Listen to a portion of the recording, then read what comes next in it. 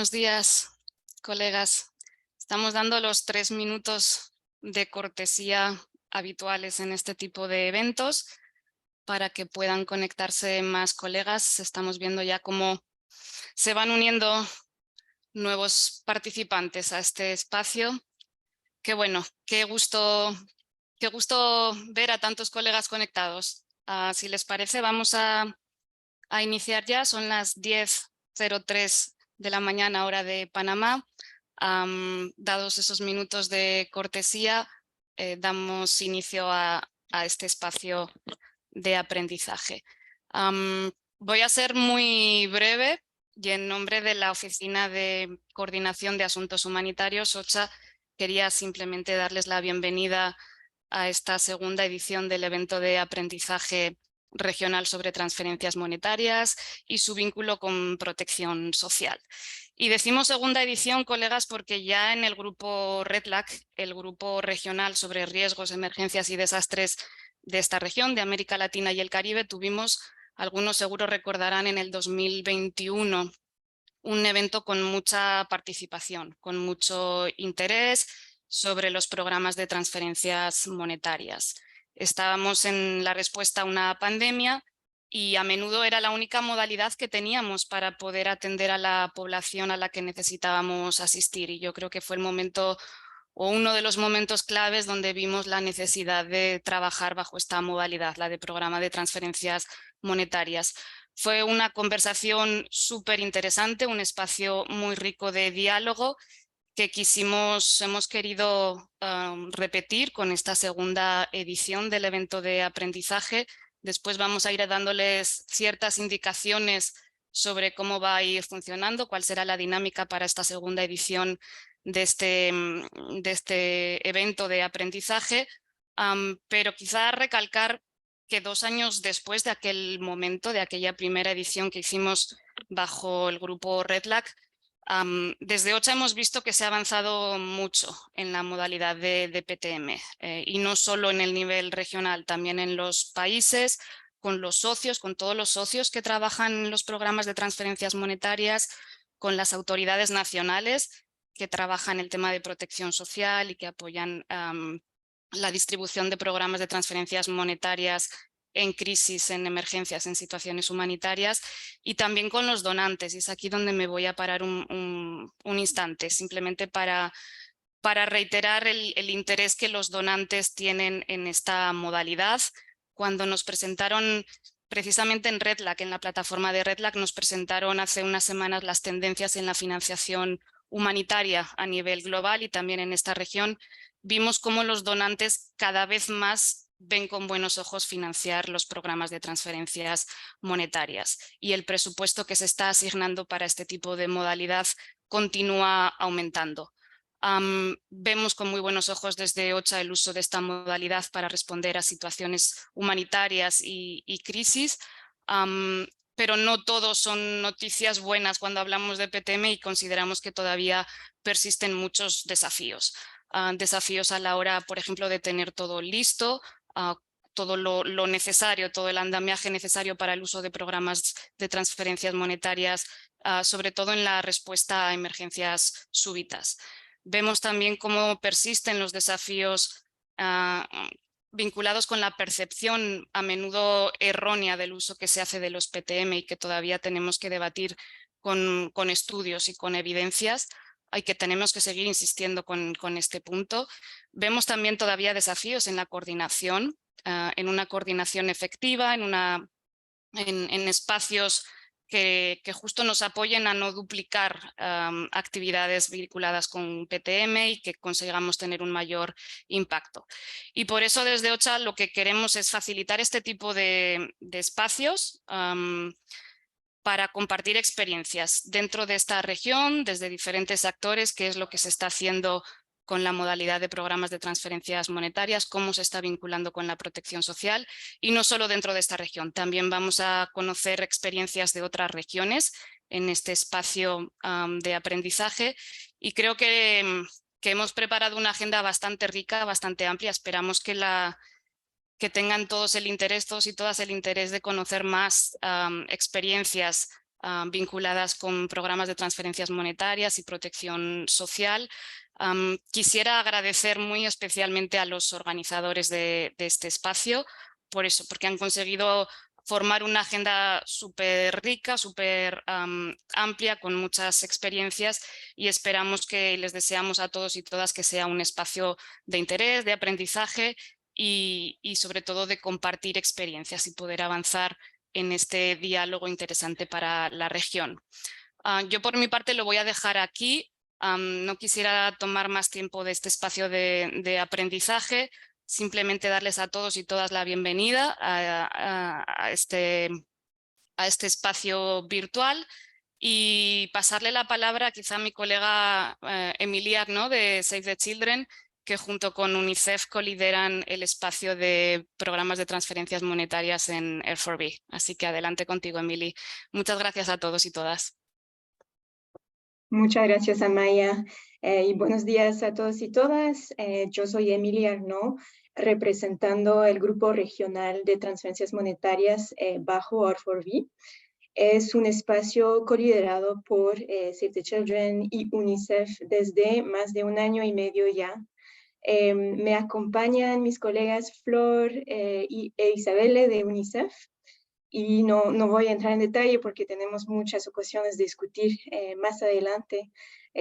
Pero bueno, como coorganizadores de este espacio y de este evento realmente de aprendizaje, les damos la bienvenida y somos muy felices de poder abrir este espacio de discusión. Gracias.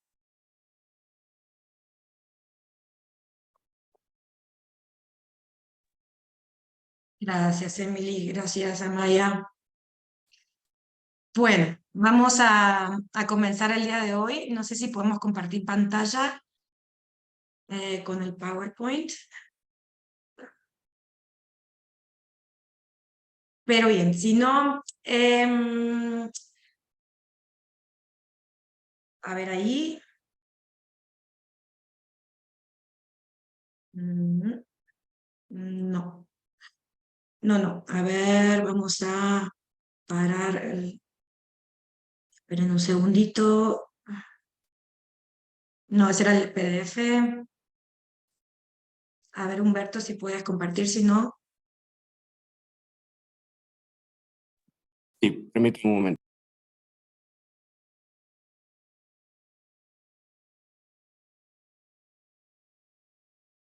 Bien, de cualquier forma, mientras se comparte la pantalla, es importante, como decían las colegas, esto es un espacio en donde es un espacio colaborativo, es un espacio que es la segunda vez que lo hacemos, es el momento en donde todos los equipos, los facilitadores, la parte del equipo facilitador puede aportar desde su rol. Entonces, esta es una iniciativa con el apoyo de un equipo organizador que conformado por distintos actores, en este caso también por el equipo de CashCap, de NORCAP, del Programa Mundial de Alimentos, de la Federación Internacional de la Cruz Roja, de la CALT Network, de OCHA, de Save the Children y UNICEF, y la colaboración de múltiples organizaciones que vamos a ver, como GOAL, como distintas organizaciones también que nos han ido también colaborando, ya sea con acceso o ya sea con esperen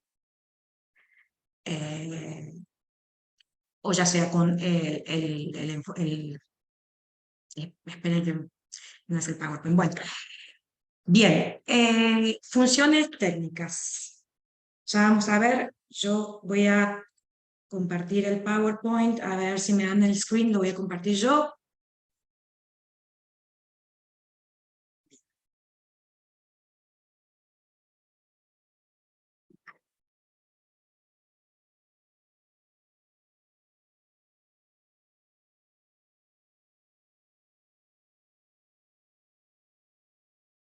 ¿Se ve el PowerPoint?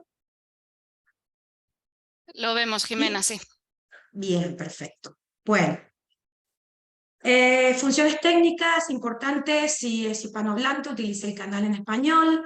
If you are an English speaker, please switch the channel to English. We suggest you mute original audio and listen only to the translator. Bien, entonces deberían ver un canal y ahí vamos a arreglarlo. Cualquier cosa, de cualquier forma, si no nos pueden por el chat, y también tienen la opción de Q&A, debería aparecer, para poder hacerle preguntas a los panelistas, etc. Bien. Los objetivos de esta segunda edición, como comentaba también Amaya, era poder, a diferencia del evento del 2021, en donde realmente el enfoque fue muy fuerte en el diálogo, esta segunda edición nos hemos enfocado muchísimo en tratar de acompañarlos en un itinerario de aprendizaje. En este caso, la idea es que podamos acompañarlo, y es por eso que lo hemos hecho en 3 sesiones. Entonces, ahora le voy a dar la palabra a mis colegas para que nos cuenten qué es lo que nos vamos a encontrar en los diferentes días. Esto es muy importante, que se queden bien claro que tienen un día, la sesión de hoy, que es un día 1, la sesión de el jueves que viene es el día 2, y la tercera sesión es el día 3, ¿no? Es un proceso completo. Entonces, en este caso, Roberto, te doy la palabra. ¿Cómo ven, si nos puedes contar un poquito qué va el día 1, y así vamos avanzando con los otros equipos también? Súper, pues muchas gracias, muy buenos días a todos y a todas. El día de hoy, que es el día 1, lo que vamos a centrarnos es sobre todo en el antes, pero el antes con mayúscula, e intentar ver con una visión integradora la fusión de agendas entre la gestión de riesgo a desastres y la protección social, pero siempre con el eje de las transferencias monetarias y sus mecanismos de coordinación como pegamento, como eje central. Vamos a intentar navegar en todos los niveles, con la participación de todos los actores, desde el nivel comunitario hasta el nivel nacional, ver todo, cubrir toda la terminología que tenemos, la prevención, la mitigación, la protección, la promoción, la transformación, para intentar fomentar esta claridad, este intercambio de experiencias, intentar visualizar también las tendencias y los puntos en común que sobre todo les sirva y les facilite en su día a día. Eso es todo, solamente.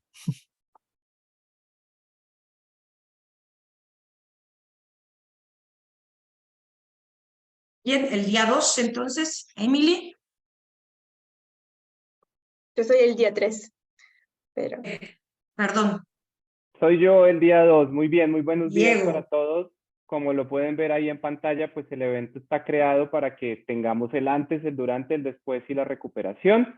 En el día 2, pues una vez acabemos con los temas de prevención, mitigación, preparación y anticipación que mencionaba Roberto, pues vamos a conectar con 2 temas en particular que tienen que ver con la acción temprana y con la respuesta. Allí vamos a tener la participación del gobierno de la República Dominicana, del Programa Mundial de Alimentos, una experiencia de las Filipinas con FAO y UNICEF muy interesante. Y para los temas de respuesta vamos a estar trabajando con la Cruz Roja Colombiana y con Hayas desde Ecuador particularmente. Y la idea es que terminemos este día haciendo una serie de recomendaciones tanto en el pasado, con acciones anticipatorias y conectando con el día número 1, como con el siguiente o la siguiente sesión del 20 de julio asociada a la recuperación a largo plazo. No se lo pierdan en 8 días. Cambio, gracias, Jimena.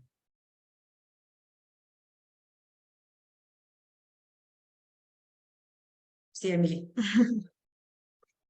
Bueno, pues el día 3, el último día, va a ser facilitado por UNICEF y Save the Children, y se enfocará, como lo dijo Diego, en aprendizaje y recuperación, mirando cómo el sector humanitario, tanto agencias de las Naciones Unidas como ONGs, han apoyado la implementación de PTM de emergencia a través de sistemas de protección social y la preparación de estos sistemas para futuras emergencias. Para eso haremos una discusión con panelistas los casos súper interesantes de Guatemala, donde se ha avanzado conjuntamente entre gobiernos y socios desde la respuesta al COVID. Y traemos un ejemplo de fuera de la región de Turquía, donde tendremos un ejemplo de trabajo conjunto entre una ONG y el gobierno en otra región en una respuesta al terremoto y también una respuesta migratoria.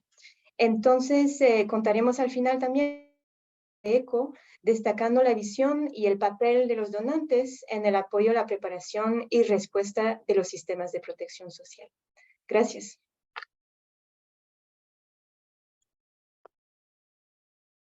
Bien, bueno, como verán, entonces esto es un ejercicio muy colaborativo en donde podamos también tener las voces de todos. Pasamos a Roberto, que nos va a contar con la agenda del día de hoy. Muchas gracias. Sí, muy rapidito para intentar hacerlo lo más dinámico que es la idea, que es lo que tenemos. Bueno, la agenda que tenemos es eso, muy participativa, muy dinámica y esperemos que muy fluida. En un primer espacio tenemos un espacio en el cual dos superpanelistas, Luis y Sayanti, nos van a hacer un marco conceptual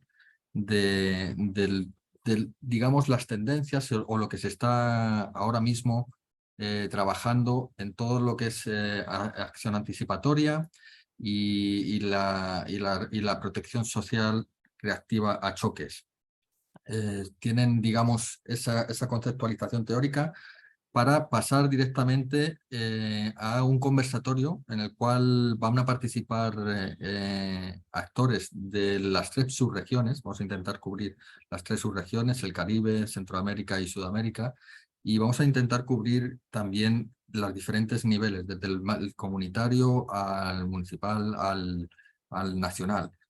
Además, hemos intentado buscar un equilibrio también en esa visión, en esos actores, en la cual haya participación de ONGs internacionales, de actores locales, de actores gubernamentales nacionales, luego el movimiento de la Cruz Roja, el sistema de Naciones Unidas y todos los que participamos en este trabajo. Seguro que este conversatorio va a ser súper rico y súper interesante. Vamos a tener también un espacio para poder hablar y tener preguntas y respuestas, pero seguro que les va a parecer súper enriquecedor. Luego tenemos un ejercicio con la audiencia, con unas preguntas. También intentamos que ustedes participen lo más posible. Para eso tenemos ahí detrás unas herramientas, el Jamboard, y también, pues si no, también a través del chat y a través también de encuestas online que vamos a ir lanzando, pero siéntanse libres de participar en cualquier momento a través de los canales que están ahí habilitados. Nosotros vamos a estar detrás intentando facilitar y recopilar todas sus inquietudes y que esto fluya de una forma que vaya. Luego la agenda terminará haciendo el vínculo para no olvidarnos, digamos, de que esto es un conjunto de los 3 días y así mismo intentaremos hacer ese link. Paso la palabra.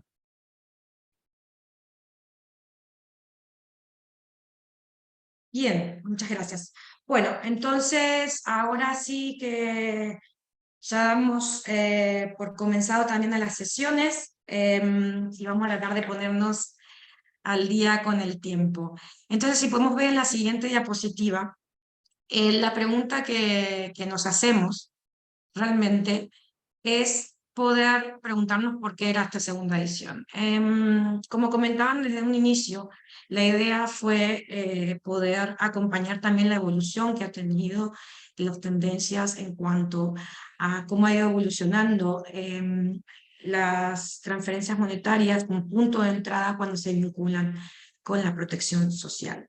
Entonces, nosotros el 2021 hicimos un evento que acompañó y sobre todo se enfocó muchísimo en lo que comentaba yo en el diálogo, pero a la misma vez se pudo realmente observar de que había habido una gran capacidad enorme dentro de la misma sistemas de protección social de los gobiernos nacionales como parte de la respuesta sobre todo a la emergencia sanitaria producida por la crisis COVID. Entonces, realmente nosotros el 2021 tenemos una iniciativa que se llama Encuesta Abierta a los socios y volvimos a repetir esta encuesta, no en el mismo formato, sino que intentando entrar en una mayor profundidad en diferentes temáticas. Una de ellas fue la siguiente, fue sobre todo con los vínculos de protección social. Si podemos ver la siguiente diapositiva, vemos que aumentó casi un 60%, un 49% directamente en el número de respuestas con los que contamos. Quiere decir que también hay cada vez más interés en poder compartir y fortalecer estos vínculos, o por lo menos tener una opinión en cómo queremos vincularnos, ¿no?, con los sistemas de protección social desde el lado de los actores de transferencias monetarias. En el chat les aparecerá el informe borrador, un enlace, si no ahora ya se lo ponemos, en donde podrán tener acceso ahora en inglés, en un par de semanas en español. Entonces, si seguimos a la siguiente diapositiva, vemos que lo que intentamos analizar fue a través de como indicadores aproximados, ¿no? Tratar de ver tendencias de cómo percibían los informantes claves en forma anónima, dónde se encontraban con los distintos puntos de entrada, con los distintos vínculos, ya sea a nivel de política pública, ya sea a nivel de diseño, o ya sea a nivel de implementación o coordinación y desarrollo de capacidades. Como podrán ver en la pantalla, podrán ver de que teníamos una sección también de cómo se imagina, ¿no? Cómo se imagina estos niveles de vínculo, ¿no? Y este informante nos dice que imagina toda una cartera de protección social reactiva a crisis, con una fuerte perspectiva de transferencias monetarias, y en donde se pueda trabajar mano a mano con el staff técnico gubernamental, se puedan intercambiar. Nosotros vemos que a nivel de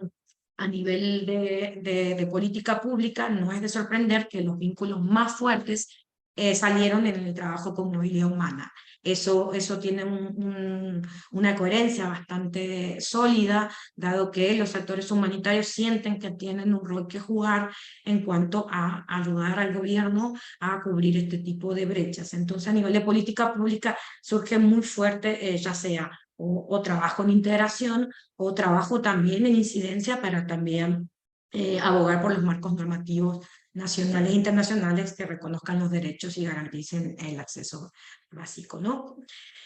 También se identificaron fuertes colaboraciones con entidades de gestión de riesgo de desastres y la protección social, entonces todo lo que implicaba coordinación entre estas dos entidades o entre las dos tipo de organizaciones también surgía bastante fuerte, y también actividades que llevaran a establecer acuerdos institucionales con los gobiernos para poder avanzar en esta agenda, ¿no? Si vemos en la siguiente slide, a nivel de diseño, vuelve a aparecer una tendencia fuerte con respecto a movilidad humana, ¿no? En términos de tanto evaluación de riesgo, de vulnerabilidades, a las que se enfrentan, así como teniendo en cuenta todas las necesidades a nivel de diseño que puedan enfrentar la población en movimiento. También a nivel de diagnóstico, de colaboración entre los equipos de protección social y los equipos de PTM humanitarios, también para poder llevar evaluaciones de diagnóstico en forma conjunta, y también un rol en donde se sienten cómodos como puntos de entrada, teniendo en cuenta la protección social informal, ya sea distintos tipos de apoyos comunitarios, donaciones, etcétera, que es parte del ingreso y es parte del servicio de la protección social por parte de la población con la que trabajamos, ¿no? Sí vale la pena aclarar que a nivel, porque vamos a ver vínculos entre la acción anticipatoria y protección social, si bien nosotros la identificamos todavía como un punto débil, porque los porcentajes siguen siendo bajos, sí a las personas que lo identificaban como un punto fuerte, sí que se entiende como que ya están empezando, se ve como una oportunidad porque están empezando a reportar actividades que son relevantes para fortalecer este vínculo. Si ya vamos al nivel de implementación, vemos el siguiente nivel, la siguiente diapositiva, que es de coordinación. Vemos que antes un GTM, en el 2021, el GTM en su plan de trabajo lo tenía como tema, vínculos de protección social. En cambio, ya está en el 2023, 2 años más tarde, ha crecido un 59%, en donde realmente la gente, nuestros socios, le terminan pidiendo a los GTM regionales, en donde realmente esta temática, ya sea entre la prioridad 1 o la prioridad 2, y entonces vemos que ya los mismos actores están observando que es una tendencia que ya ha venido para consolidarse, por lo tanto, o quieren formarse, o quieren ser parte, o quieren establecer los diferentes mecanismos de coordinación a nivel regional que los apoyan. La siguiente diapositiva, vemos que a nivel de implementación hay bastantes vínculos a nivel de compartir información, a nivel de referencia, de poder derivar también a las personas con las que se trabaja a distintos sistemas de programa de protección social, y también en donde nos podamos complementar desde el punto de vista de participación comunitaria y rendición de cuentas. Entonces ya para cerrar y poder reflexionar, finalmente podemos ver que en la siguiente diapositiva nosotros podemos ver que los vínculos más débiles que surgen son a nivel de financiamiento, en donde se encuentran realmente pocos puntos de entrada, en donde las organizaciones humanitarias y los sistemas de protección social se vinculan para poder financiar en forma conjunta el acceso a los sistemas de protección social reactiva ante una crisis. También vemos como un punto débil los diferentes puntos y medidas que deberían hacer para prepararse, para preparación, para simulación, para poder establecer mecanismos de preregistro, para poder garantizar que un proceso de pago, por ejemplo, pueda ser capaz de resistir ante un choque, y también lo que se le llama el registro de inscripción también de complementariedad, que se llama también a veces la última milla, ¿no? En donde se supone que los actores humanitarios también deben apoyar o pueden apoyar a los sistemas de protección social para no dejar a nadie atrás. Entonces, vemos como reflexión final, vemos en la siguiente slide, en la siguiente diapositiva, vemos que la protección social sigue siendo ya un ámbito significativo de vínculo entre la asistencia humanitaria y los sistemas en América Latina y el Caribe y el gobierno. También vemos que por el análisis cualitativo, que es muy rico y lo podrán ver en el enlace, podemos ver que hay un esfuerzo enorme por parte de las organizaciones para fortalecer estos vínculos. También a la misma vez la limitada participación que tuvimos de funcionarios gubernamentales en esta encuesta nos dice que todavía hay una necesidad de seguir trabajando en esta colaboración o identificar formas diferentes para poder contar con su opinión en este formato. No sorprende para nada que la colaboración a nivel de política pública sea sólida, ya que realmente es la fuerza de Latinoamérica en cuanto por las elevadas capacidades gubernamentales y por el coste efectivo que es este tipo de apoyo. Como comentábamos, si bien realmente el escenario lo ha liderado las catástrofes naturales, los desastres naturales y la crisis, sobre todo COVID en términos de vínculos, la migración y la movilidad humana sí ha ganado ya protagonismo y ha venido para quedarse en cuanto a también establecer un rol en estas discusiones. Acciones de anticipación son áreas de vínculos relativamente débiles, pero sigue habiendo un compromiso muy fuerte, entonces realmente veremos la presentación de Sayanti será muy interesante en este aspecto, y el aprovechamiento también en cuanto a financiamiento sigue siendo un tema que tenemos que trabajar, por lo tanto también instamos, y será muy interesante el día 3, para poder instar a reflexionar sobre formas más flexibles o alternativas de financiación, y sobre todo tiene que estar basado en la confianza, en donde hay un compromiso para identificar puntos de entrada disponibles para una colaboración eficaz. Entonces con eso, si te parece, vamos a pasar a Roberto, que va a introducir a los siguientes panelistas. Cualquier cosa vamos a dejar en el enlace en el chat, y no duden en contactarnos para seguir preguntando, seguir recomendándonos cómo mejorar todo lo que es escucharlos a todos nuestros socios y poder seguir ofreciendo un mejor servicio interagencial en lo que respecta a vínculos. Ujú. Bien, Muchísimas gracias, muy claro y muy ilustrativo. Bueno, yo tengo el placer y el privilegio de presentar a los próximos panelistas, a Luis y a Sayanti, que son dos grandes conocedores de la región, y Luis nos va a hacer, digamos, ambos nos van a hacer ese marco conceptual para poder pasar luego, como comentábamos, a la conversación más abierta de los otros excelentes panelistas que después también vienen a la al conversatorio. En este caso yo creo que Luis es un poco más desde la orientación de la protección social reactiva a choques y Sayanti más desde la resiliencia climática y el anticipatory action, la acción anticipatoria. Pero como les comento, ellos han trabajado en multitud de áreas, son grandísimos expertos, conocen muy bien la región. Para mayor datos tienen accesible en lo que les hemos estado compartiendo en el chat las biografías y todas las presentaciones y todos los materiales. Ahora mismo, sobre todo, les queremos hacer el llamamiento de en el Jamboard, si quieren poner el post que quieran con la sugerencia o con las preguntas que tengan, o directamente en el chat nos pueden hacer la sugerencia que quieran o la participación que quieran o las preguntas que quieran, pero queremos que esto sea un intercambio de verdad, que sea fluido. Así que por favor les digo que usen esas herramientas, esos canales. Y sin más, le paso la palabra a Luis para que haga su intervención. Muchísimas gracias. Bueno, muy buenos días, colegas. Estoy muy contento de participar en esta plataforma. Mi nombre es Luis Rovira, trabajo para el PMA en la sede sobre las cuestiones de protección social y sobre todo protección social reactiva a choques.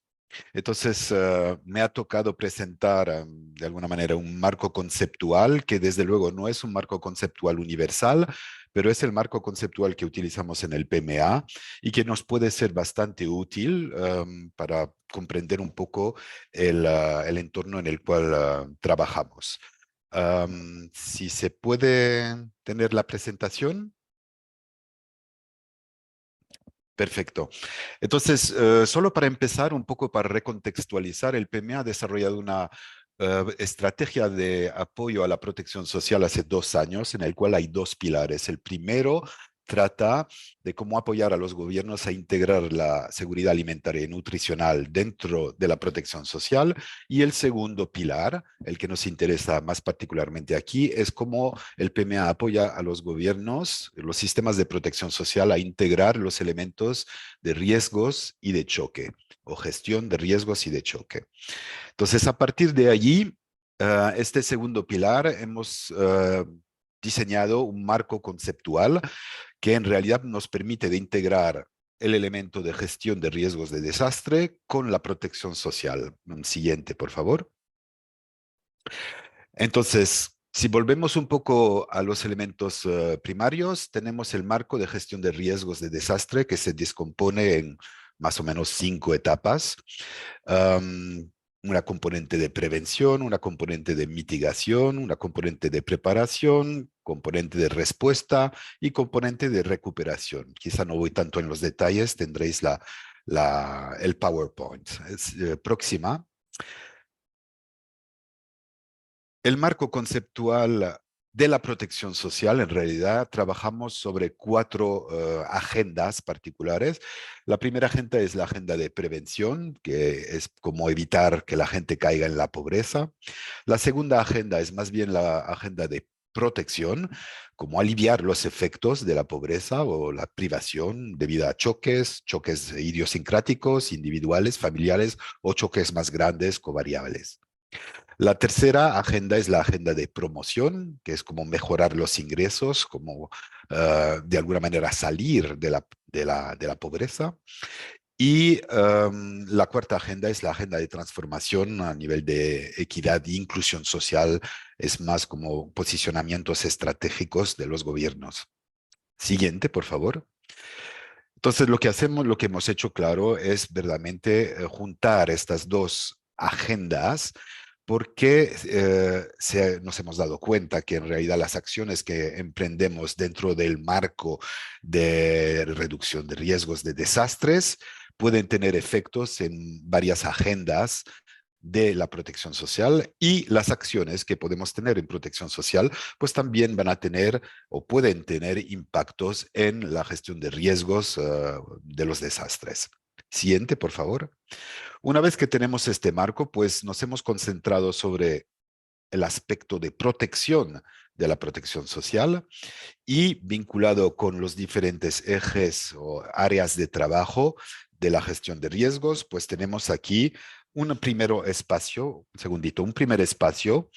que define un poco dónde están las acciones anticipadas para choques climáticos, covariables la mayoría del tiempo, y implementadas a través del Sistema Nacional de Protección Social, y ahí nos da un espacio de vínculo entre estos dos marcos conceptuales.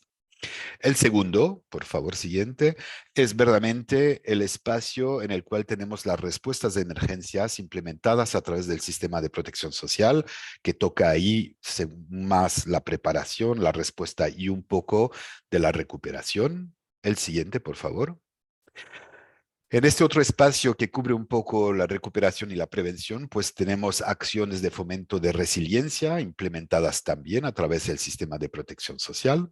Y el último marco es un marco que en realidad cubre un poco la prevención y mitigación, que serían las acciones anticipadas que son a más largo plazo para aliviar un poco los efectos de los cambios climáticos, y se pueden también tener esas acciones a través del sistema de protección social.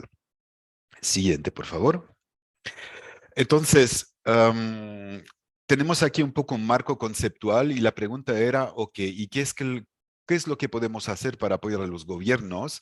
En realidad, prepararse para los choques o prepararse para la fase que viene antes de los choques. Entonces, de manera muy operacional, porque ya sé que sois vosotros una audiencia que es mucho más operacional, entonces nosotros hemos desarrollado en realidad un instrumento, una guía operativa que va a través de 5 pasos particulares, y acompañamos al gobierno en estos 5 pasos. El primero es un poco una sensibilización: ¿qué es la protección social reactiva a choque? El segundo sería ¿qué es lo que tenemos en la mesa? Entonces hay que hacer análisis, la fase de análisis de lo que tenemos en la mesa. Y el tercero es, ok, una vez que sabemos lo que tenemos, pues, ok, ¿cómo podemos juntar las cosas para finalmente desarrollar lo que es interesante para el gobierno en preparación de emergencias? Es decir, de tener procesos operativos estandarizados y que estos procesos sean institucionalizados dentro del marco de la política de protección social, nacional de protección social, y dentro del marco de respuesta nacional a las emergencias. El próximo paso es que, claro, una vez que has desarrollado esos procesos o que el gobierno los ha desarrollado y nosotros facilitamos esto, pues hay que hacer la prueba de estos SOPs y hacer el reajuste con la realidad de lo que está sobre el terreno, y entonces finalizar estos SOPs. Y luego, claro, hay toda una fase de aprendizaje y lecciones aprendidas y gestión del conocimiento. Cada una de estas fases tiene diferentes pasos. Dentro de los pasos, todos los instrumentos para apoyar a hacer estos pasos ya están diseñados. Siguiente slide, y es para decirles que hoy en día el PMA está trabajando con esta guía operativa apoyando a los gobiernos a desarrollar estos elementos en 16 países a diferentes niveles. Y los 2 países en los cuales se ha terminado esta guía son la República Dominicana y Madagascar. Y para daros un ejemplo, la República Dominicana y Madagascar fueron los 2 países que respondieron a emergencias. En el COVID, el gobierno activó sus protocolos y les tomó 3 semanas para cubrir más o menos 500,000 de personas. Para ponerlo un poco contextualizado, el PMA ha trabajado en la emergencia de Ucrania y les tomó prácticamente 2 meses para poner en plaza y en realidad activar y utilizar sistemas de transferencias monetarias para 700,000 personas, lo cual quiere decir que en realidad cuando los sistemas existen, se les puede añadir unos mecanismos para la respuesta de emergencia, teniendo mucho cuidado que en realidad no se haga un overload y colapse el sistema. Por eso es necesario de consolidar el sistema. Aquí paro y solo les voy a dar un pequeñito elemento que es un poco polémico, porque muchas veces hay tendencia a pensar que los sistemas de protección social únicamente trabajan de manera regular con transferencias monetarias. El sistema de protección social más grande del mundo está en India, se llama el TPDS, y cubre 728 millones de personas que reciben cada mes su asistencia en comida. No en transferencias monetarias. Ese sistema también está utilizado para las respuestas de emergencia que se hacen también igualmente en comida, lo cual quiere decir que muchas veces el contexto del país y las decisiones del país para su propio sistema regular de protección social son los elementos a considerar en prioridad para eventualmente subirle mecanismos de respuesta de emergencia. Sobre estas palabras, creo que hemos hecho un poco la vuelta de lo que quería presentar, sabiendo que de estas 16 países, que seguramente al final del año serán 20% de los países en los cuales el PMA está trabajando, dentro de estos 16 países, la mitad de ellos están en Latinoamérica. Voilà. Dispuesto para cualquier pregunta o continuación de discusiones. Gracias. Muchísimas gracias, Luis. Vamos a pasar directamente con Sayanti y vamos a dejar las preguntas y las respuestas en conjunto con el final. Sayanti va a hacer la intervención en inglés y le recordamos que existe la posibilidad de la traducción. Tenemos traducción simultánea. Simplemente tienen que dar al botoncito de cambiar en interpretación y ahí le cambiará y escucharán directamente al traductor. Paso la palabra a Sayanti, por favor.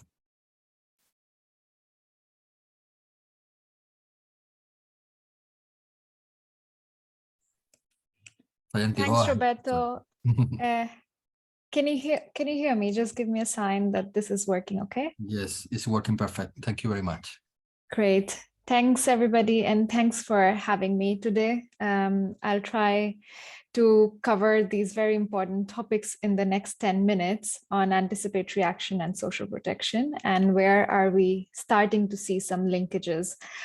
I am based in Berlin, and I am a technical advisor to the Red Cross Red Crescent Climate Center. And I work in making social protection systems more climate smart. So using climate information, and then at the policy level, what changes need to happen at the policy, but also then at the program implementation and the design of the programs themselves. So maybe next slide. So what are we covering today? What do we know so far? I think the last presentation also already shed some light into what is the current state of anticipatory action and social protection and the linkages between these two. I will cover why it is important and relevant for social protection and examples from the Red Cross, Red Crescent movement, and some upcoming trends in this integration, what can be expected. Next slide, please. So we have seen that there are some key elements of an anticipatory action program.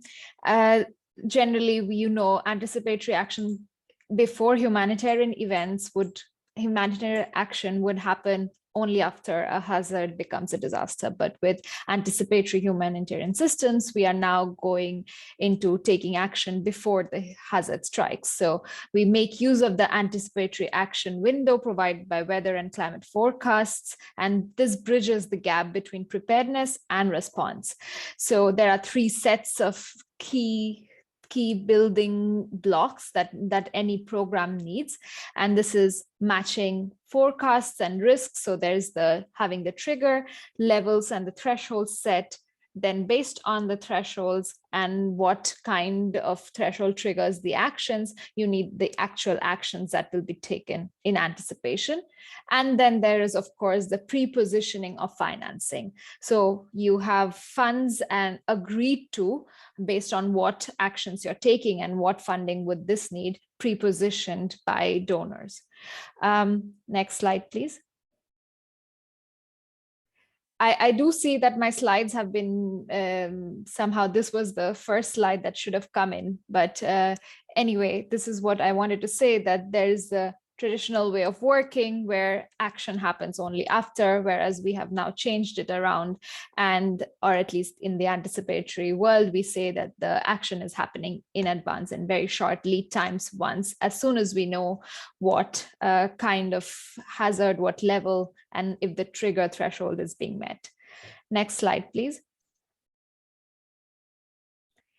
These are some of the existing AA funding mechanisms. So anticipatory action, a common question that we always get is, where is the funding coming from? Because there is always this challenge in convincing many times if the funding can be prepositioned. Sometimes governments are restricted and need to wait until the end of the disaster or until a disaster has happened to understand the range of impact and the cost implications.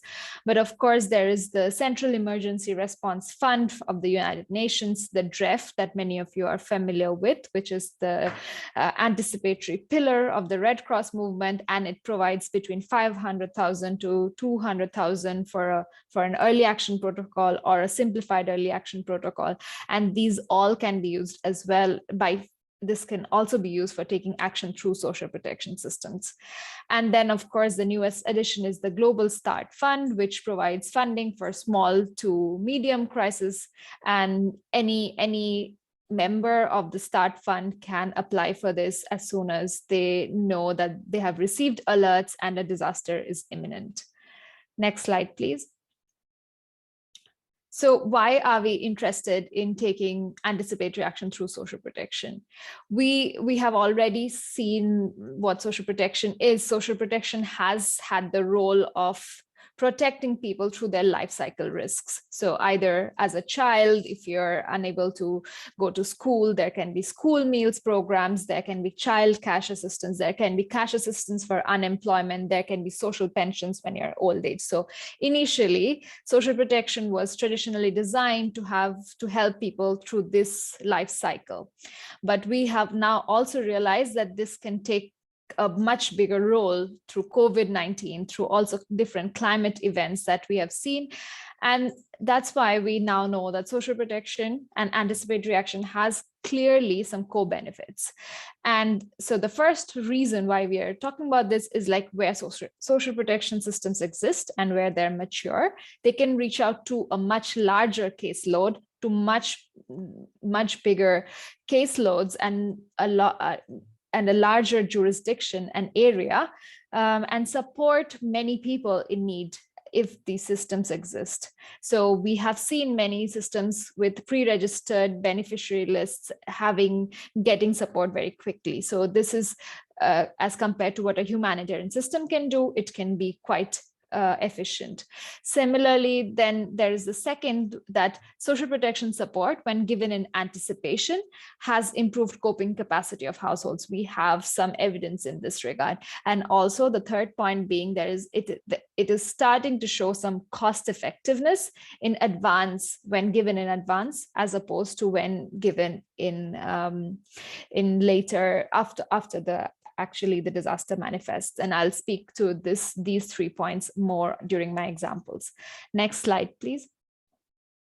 So there are some steps in actually making sure that how do you actually go about the process of integrating social protection and anticipatory action.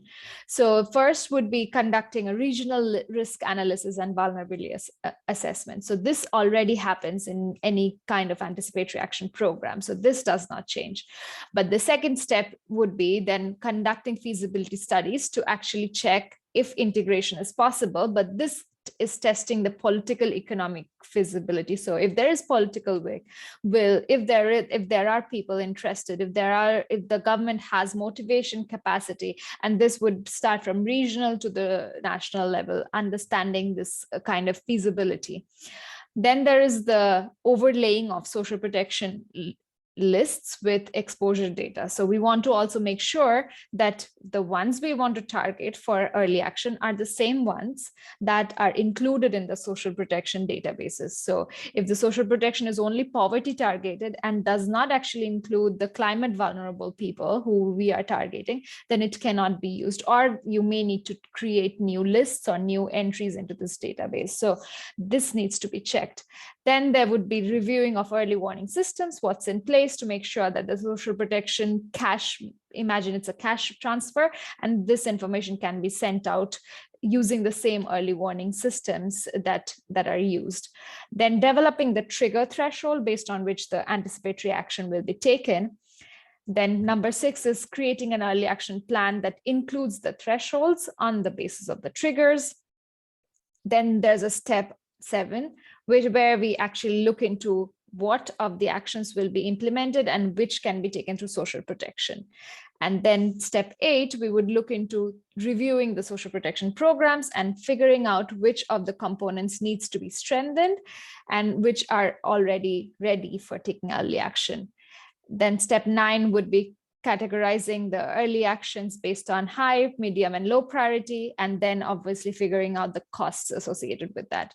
Then 10 would be talking with the humanitarian agencies and donors and figuring out if the financing is available for this, and then finalizing the actual actions, matching it with the funding that's available.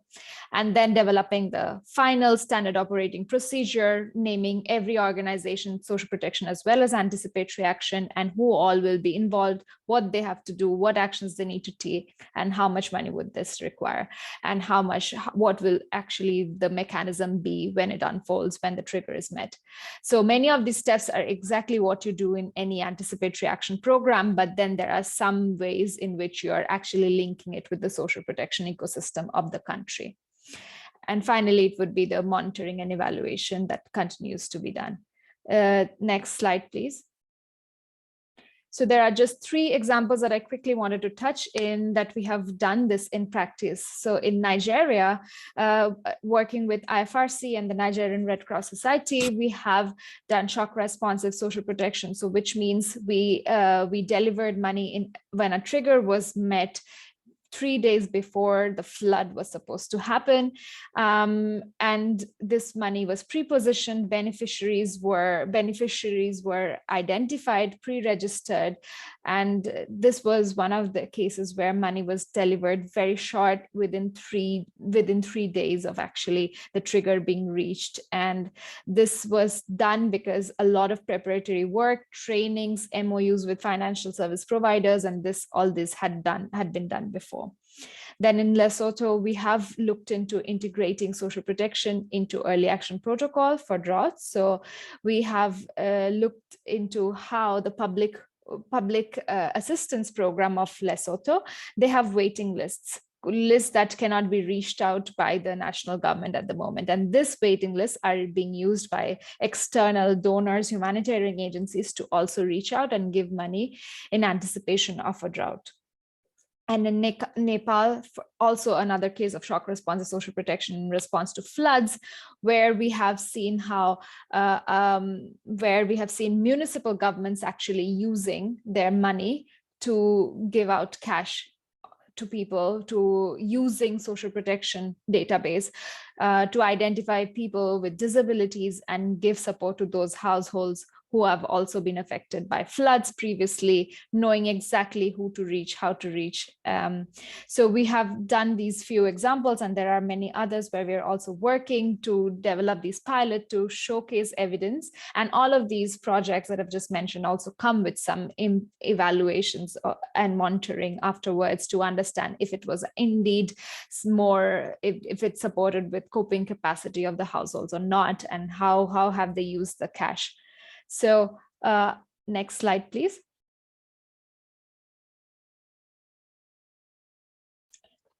Yeah, and just ending with, based on these and what's being discussed currently in this area, there are some upcoming trends in using social protection for anticipatory action. And what we see is that there is definitely concerted efforts towards coordination. There are several global working groups exactly working on this topic of social protection and anticipatory action, and social protection and humanitarian action, and how does climate fit into this nexus. So we do see some focus around coordination. We also have received several requests from different national societies when they are developing their early action protocols, or other external organizations when they are developing their standard operating procedures, how can they be taking early actions through social protection systems? So what we have been doing is kindly looking at their social protection systems and matching it with an anticipatory action that they want to take. So we have been doing many feasibility studies in that, and we see a lot of interest in this area. And there is also interest that these early actions are not just cash oriented, but public works that can enable preparedness and that can be done quickly. For example, in Nepal, right now we are exploring if cattle and livestock can be removed as soon as there's a threshold being matched for farming communities. So we see other kinds of social protection programs also being seen, and we see that there's an interest in also taking this into fragile and conflict affected situations, and disastrous financing options are being increasingly explored. That's it from my side. The last slide I have is rather on some resources you can tap into and the QR code to check one of these working groups that I mentioned. And I'm here if you have some questions. Thank you. Thank you. So we switch to Spanish now. Thank you, Sayanti. We are going to just share some polls just to make sure that we are, let me know if you are seeing the following question. We see it, yeah. Everybody's seeing it? Yeah. Yes. Okay.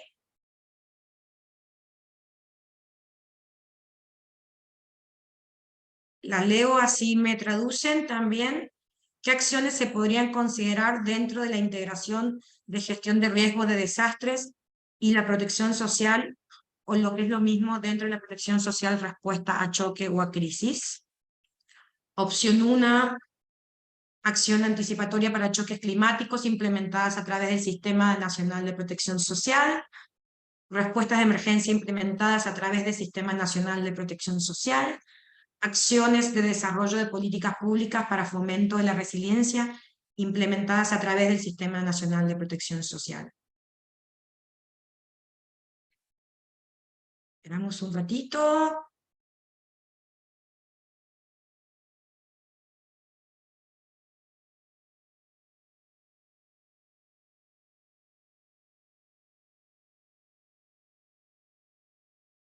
Bien. ¿Van contestando?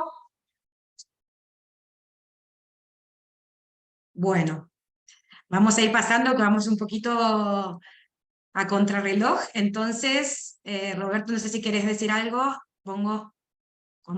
Comparto los resultados ya No, para cerrar este bloque.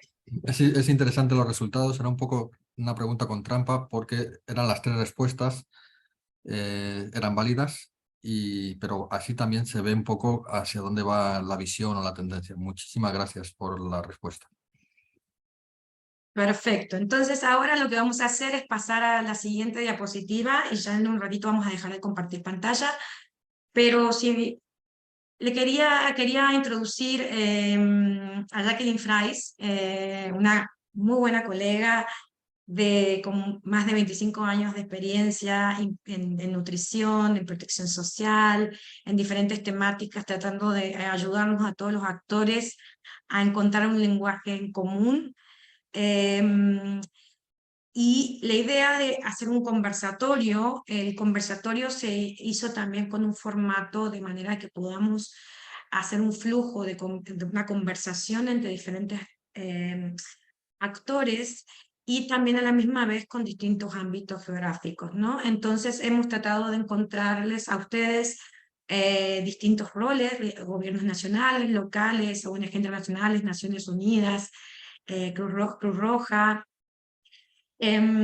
para que puedan establecer ahora un conversatorio moderado por Jacqueline. Si estás en cámara ya vamos a dejar de compartir y te dejo a vos a introducir a los diferentes panelistas que ya después se pueden poner tranquilamente todos en cámara. Un saludo. Muchísimas gracias, Jimena, y al equipo por esta oportunidad. La idea de un conversatorio ahora es para que los participantes sean activos y escuchen a este panel. Se han elegido a 5 personas, cada uno un actor con un rol muy específico en geografías diferentes, en varios países, en América Latina y el Caribe. Y por favor pongan sus cámaras. Yo veo que Miguel ya se ha puesto, Doris, José Enrique, Héctor y Flavia. Perfecto, pues es un placer. Voy a hacer una presentación a su nombre para ahorrar un poco de tiempo. Como dijo Roberto antes, hay una biografía que explica con más detalles los roles de cada uno de estos panelistas. Vamos a pasar unos 40 minutos aquí debatiendo y escuchando puntos de vista de una experiencia concreta. Se trata de verdad de esto. Entonces, empiezo con Doris Elizabeth García Martínez, que es la gerente de la general de la Mancomunidad de Mamlesip en los municipios de Lencas de la Sierra de la Paz, que se conecta hoy creo que desde Honduras. Mucho gusto. Doris también tiene muchísima experiencia en agua y saneamiento, trabaja en la Alianza del Corredor Seco y también es la coordinadora intermunicipal y agencial de agua y saneamiento. Así que los puntos de vista de tu trabajo, Doris, hoy serán muy, muy, muy agradecidos. También les presento ahora a José Enrique Velázquez, que creo que se conecta desde el Perú. Mucho gusto, José Enrique, que es el director general de seguimiento y evaluación del MIDES. Ese es el Ministerio de Desarrollo e Inclusión Social en el Perú. Y tiene una trayectoria en salud, es experto, es cirujano, creo que ha puesto en su biografía, y nos va a hablar mucho de su trabajo como investigador y también como operacional en salud y en casos sociales. Mucho gusto, José Enrique. También tenemos a Héctor Güez, que se conecta desde Paraguay. Este es nuestro colega del movimiento de la Cruz Roja, de la Cruz Roja de Paraguay, y es el director de programas y operaciones. Entonces nos viene con un recorrido amplio de experiencia operacional en respuestas a estos riesgos y estos desastres en los países. Mucho gusto, Héctor. Me complace también presentaros a Flavia Lorenzón, que es la especialista en política social de parte de UNICEF para el Caribe, si tengo bien entendido, con una amplia experiencia en los últimos 10 años, sobre todo en las respuestas de protección social reactivas a los choques o a las crisis. Hemos visto el uso de vocabulario. Mucho gusto, Flavia. Y last but not least, a Miguel García Arias, nuestro colega de una organización no gubernamental, Acción contra el Hambre. Es el director regional de Acción contra el Hambre en Centroamérica, con más de 20 años de experiencia laboral vinculada a la acción humanitaria. Y impulsa una iniciativa Predisan en Centroamérica que tiene un componente de anticipar las crisis y compartir fuentes de datos primarios y secundarios. Entonces, bienvenidos a todos. Como dice Jimena, esto es un conversatorio para que podamos platicar y nuestra audiencia, por favor, siéntanse motivados, sientan que la conversación que vamos a tener ahora es cada uno va a hablar de su punto de vista y es una oportunidad única de verdad de escuchar de diferentes actores que están trabajando en esto día a día. Y voy a empezar con una pregunta general y igual la podemos hacer que esta primera pregunta responda uno por uno. Empezaremos con Doris, así en el orden que os he presentado para esta primera. Una pregunta personal para decir, pensando de que estamos hablando de la fusión, ¿no? de la gestión de riesgos y la protección social, que lo dijo Roberto al principio de este evento, y que estamos buscando la perspectiva de vosotros como actores en lo que es el antes, todo lo que es la preparación, todo lo que es poner en marcha los sistemas, poner en marcha la coordinación, los instrumentos y estar listos para cuando llegue el evento, para que la protección social y la acción humanitaria o gestión de riesgos se unan y se fusionen. Teniendo eso en cuenta que hablamos del antes, Doris, yo te quería preguntar a ti primero, ¿no? Y luego ya pasaremos la palabra. ¿Qué es lo que más le motiva en este trabajo, en este momento, ¿no? ¿Qué es en este tema de preparación? ¿Qué es en su rol ahí en la mancomunidad? ¿Qué es lo que más le motiva?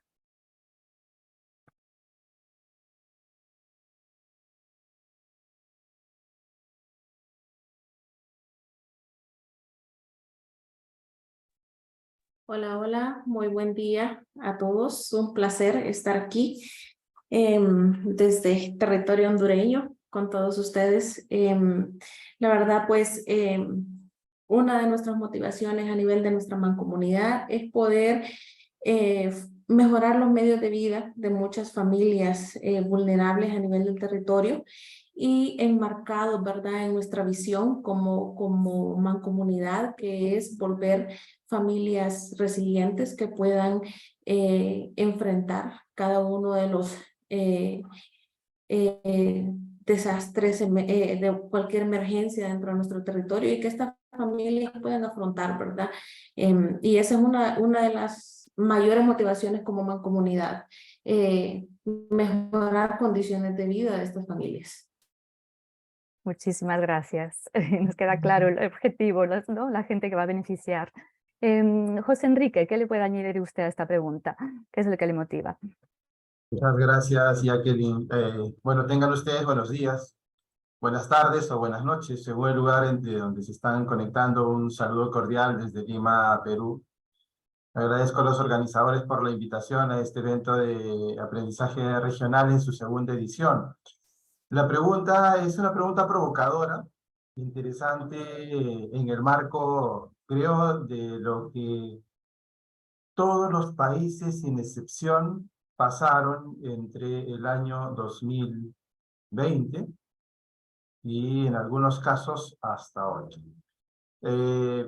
Cuando nosotros vemos los sistemas de protección social, reconocemos que son sumamente importantes, pero reconocemos también que en el país, y ahí voy a individualizar a nuestro país, en el Perú, nosotros estuvimos expuestos a una crisis en el marco de la pandemia que claramente superó toda expectativa inicial. Y en esa línea, un primer mensaje que hay que rescatar en este aspecto es que cuando hablamos de un proceso de antes, reconocemos que la planificación y preparación debe involucrar a la totalidad de la población en lo posible, y no a una parte de ella, porque generalmente estamos mirando el trabajar sobre una parte de la población, que suele ser la población más afectada sobre algunos desastres, pero dejamos de lado al resto de la población, y la pandemia por COVID nos trajo ese primer mensaje. Entonces, nuestra planificación y preparación requiere ser una preparación articulada entre los diferentes espacios, sectores, desde el sector público, privado, la academia, la sociedad civil, ¿de acuerdo? Pero también entre los diferentes niveles de gobierno, porque cuando miramos las tomas de decisiones van a ir hasta el nivel del individuo, y eso obviamente parte del nivel nacional, pero llega hasta el nivel de los hogares. Necesitamos contar, como se ha comentado en las presentaciones, en función de esa planificación con los recursos que nos permitan responder de manera adecuada a una infraestructura y un servicio básico que nos facilite también esta respuesta desde una etapa previa, que las redes de comunicación, que han sido también muy importantes en el marco de la pandemia, no se vean complicadas en el tiempo, haya un proceso de participación no solamente del tomador de decisión, sino también de la población, a quien siempre hay que tomar en consideración, y a veces ese es un aspecto que también a veces no lo tenemos tan en cuenta. Y cierro mi comentario en esta parte, en que efectivamente podemos coger sobre la lista de protección social que constituye la base de funcionamiento actual, pero que generalmente en una etapa de crisis o en una etapa de desastre o en una etapa de tensión requiere adaptación y requiere periódicamente mirar cómo es que se va moviendo la implementación para poder tomar decisiones, y en esa línea el seguimiento, la evaluación son mecanismos que deberían servir para poder retroalimentar y mejorar de manera continua en un proceso de respuesta. Gracias. Muchísimas gracias, José Enrique. Entonces, para resumir un poco lo que ha dicho, creo que lo voy a resumir con la palabra inclusión, ¿no? Usted está hablando de que se tienen que incluir a los que están directamente afectados, a los demás, y tener una buena estructura de planificación. Gracias. Héctor, ¿qué le puede añadir usted a esta pregunta? ¿Qué es lo que le motiva dentro de este tema? Bueno, buenos días para todos y todas. Realmente un placer estar compartiendo este conversatorio con todos.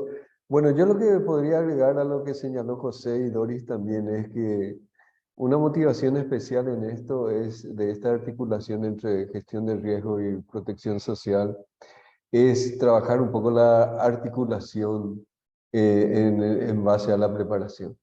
Yo creo que esto es un elemento central que debemos trabajar fuertemente, en particular en sectores de América Latina y hacia el sur, por lo menos yo puedo hablar de mi experiencia en Paraguay. Esto de trabajar la protección social y trabajar la gestión del riesgo en el ante es clave para que esto va a determinar finalmente la calidad de la respuesta que vamos a dar.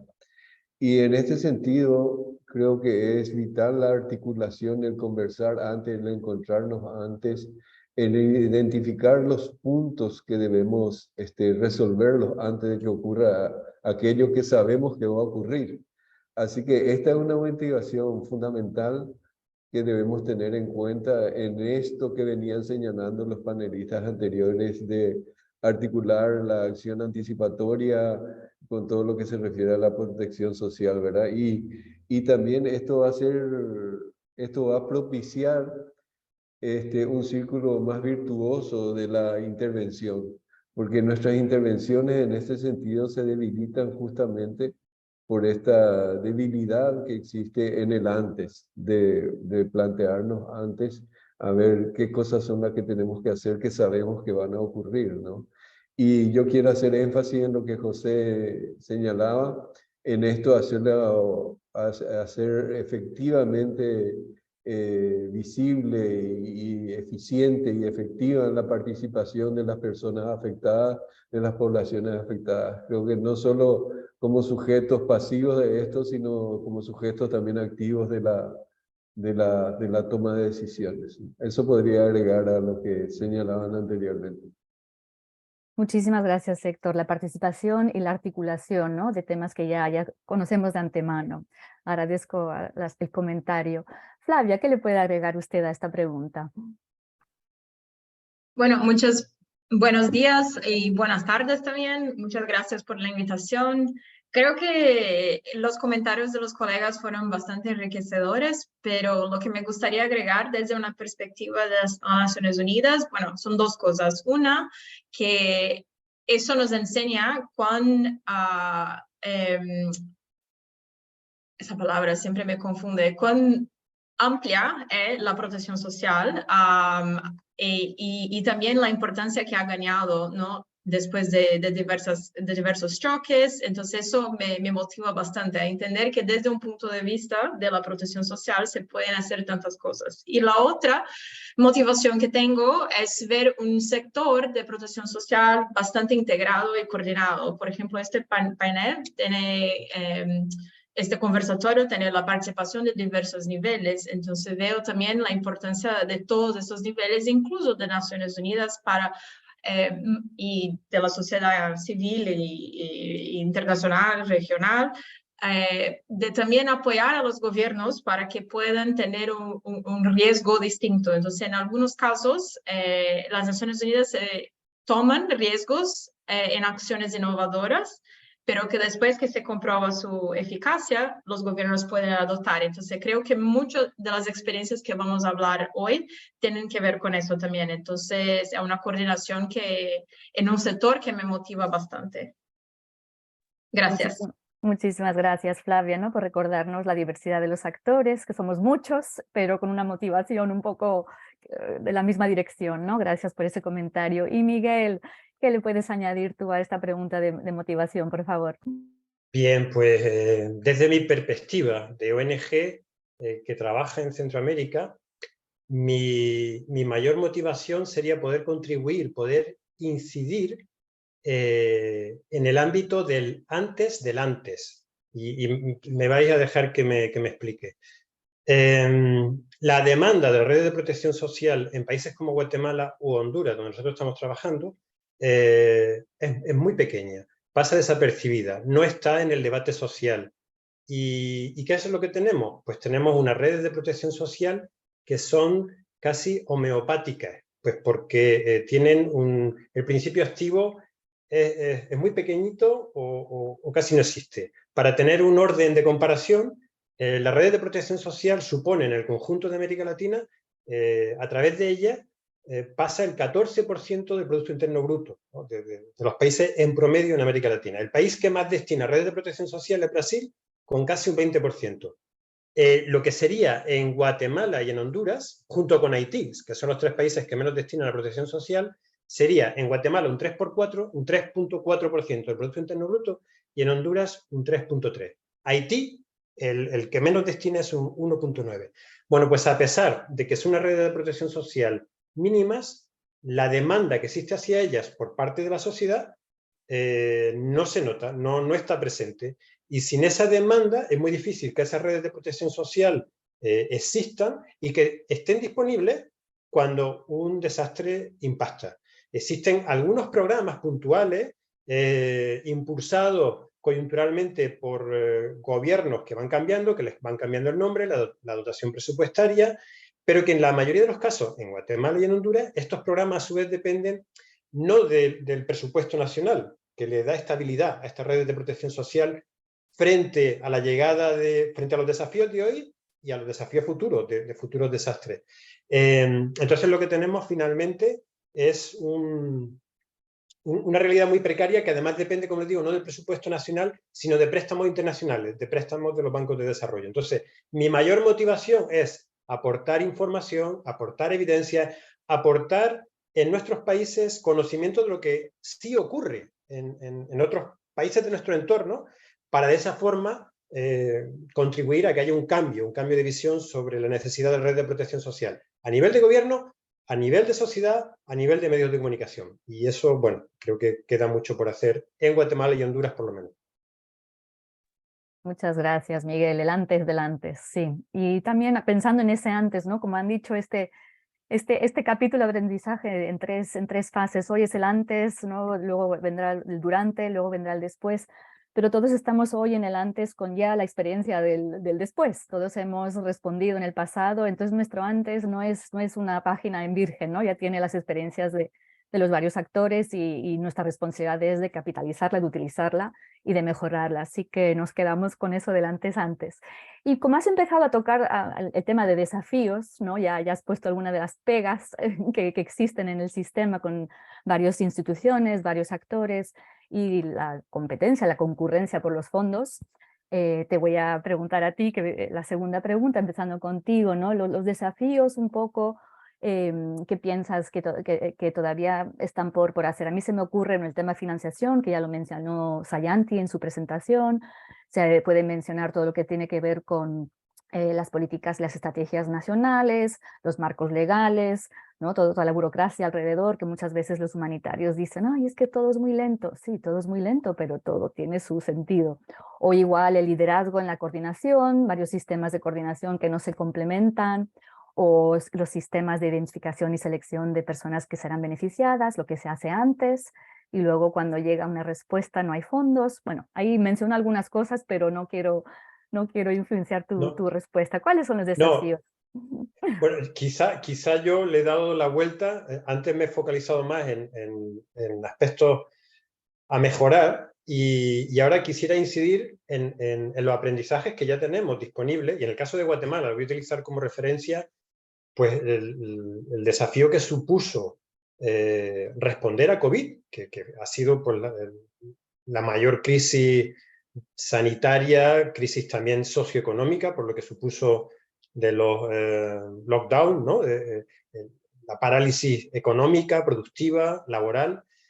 Y sorprendentemente, en esas circunstancias, en el caso de Guatemala, se puso en marcha en muy poco tiempo un programa que alcanzó a 2.7 millones de hogares, con 1.000 millones de dólares de presupuesto, y que fue capaz de seleccionar muy rápido a los beneficiarios utilizando algo muy fidedigno dentro de las limitaciones que había, como era los recibos de electricidad de los distintos hogares, y eso a partir de un umbral era lo que permitía a estas familias entrar a tener derecho a cobrar esa prestación de una forma muy rápida, muy sencilla, con la cédula, con el sistema bancario, con los ATMs, en fin. O sea, el desafío es aprender de esas buenas experiencias que ha habido y ser capaces de darles una continuidad, ¿no? Es decir, que esto no se olvida,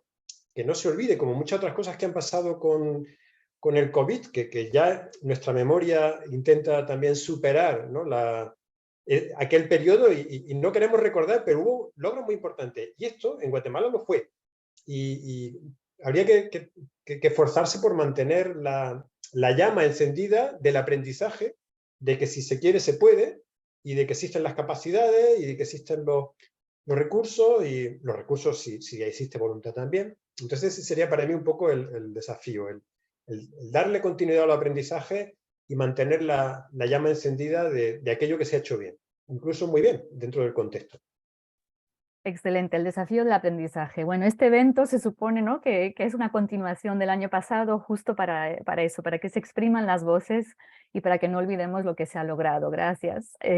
Flavia, te voy a también preguntar ahora en orden así como inverso, ¿no?, que cada uno responda a la pregunta de los desafíos que todavía quedan para mejorar el antes en la preparación. Sí, gracias. Bueno, solo añadir de lo que ya han mencionado. Hay desafíos, yo veo, en términos también de mecanismos de financiamiento. Creo que se ha desarrollado muchos, que son ejemplos que yo creo que vamos a ver también a lo largo de este evento de aprendizaje, pero todavía hay contextos específicos donde es muy difícil hacer un financiamiento de una respuesta, por ejemplo, de protección social de adelantado.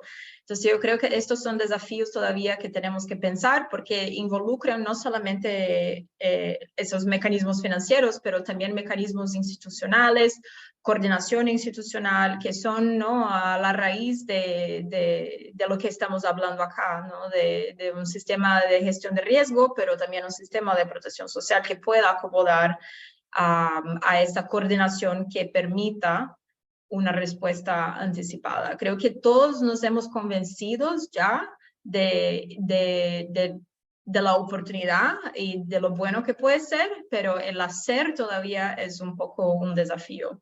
Gracias. Gracias, Flavia. Bueno, me viene en mente la diapositiva de Sayanti, ¿no?, con el dólar que cuesta la crema solar y los $7 que cuesta la crema post quemadura de sol, ¿no?, para aliviar los síntomas. Entonces, el dinero está, pero igualmente acceder para la preparación sigue siendo uno de los retos y creo que concuerdo. No sé si Héctor, tú ahora quieres añadir los desafíos que te vienen a ti a mente.